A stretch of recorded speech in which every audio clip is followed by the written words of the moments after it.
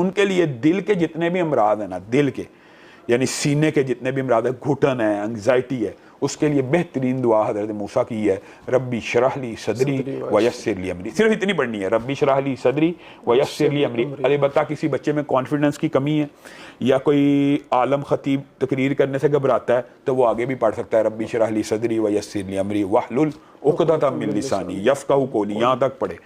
ये भी 313 मरतबा पढ़ना हर नमाज के बाद। तो ये तो अल्हम्दुलिल्लाह मेरे यहाँ पे बाद ऐसे नमाजी थे जिनको डॉक्टरों ने बाईपास का कहा हुआ था, अल्लाह के फजल से उनकी शरीयानें खुल चुकी हैं।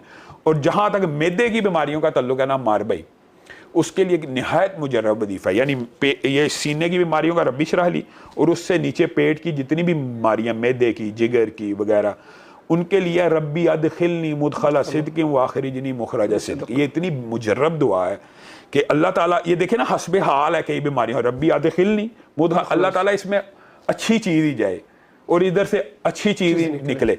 तो बुनियादी तौर पे ये जो दुआ है, मैंने देखा मैदे के जितने भी अमराज हैं उनके अंदर बहुत ज़्यादा मुजर्रब। ये कितनी दफ़ा पढ़नी है? ये सारे वजीफे मैं जो बताता हूँ ना, तजर्बे और मुशाहदे, वो 313 मरतबा हर नमाज के बाद पढ़ने से ज़्यादा फ़ायदा होता है। और बाद दुआएं ऐसी हैं जो सिर्फ गुर्दे के लिए, रब्बी अन्नी मस्सनी अज़्ज़ुर व अंता अरहमुर राहिमीन, ये गुर्दों के लिए बड़ी मुजर्रब है। वैसे गुर्दों के लिए बाद और उलमा की भी दुआएं हैं, उनके ऊपर भी अमल करना चाहिए। अब ये तो है खास बीमारियों की, और एक बंदा मुजर्रब बीमार है, यानी मुजर्रब बीमार है और उसको पता नहीं आगे मुझे डिप्रेशन हो रहा है, मुझे एंग्जाइटी है, मुख्तलिफ बीमारियों का मजमू है, या समझ लें सबसे खतरनाक बीमारी कैंसर है। तो ये तो हमारी यानी शहादत है। हमारे एक दोस्त हैं प्रोफेसर उबैदुर्रहमान मोहसिन, ये उनका दोस्त था, उसको कैंसर हो गया।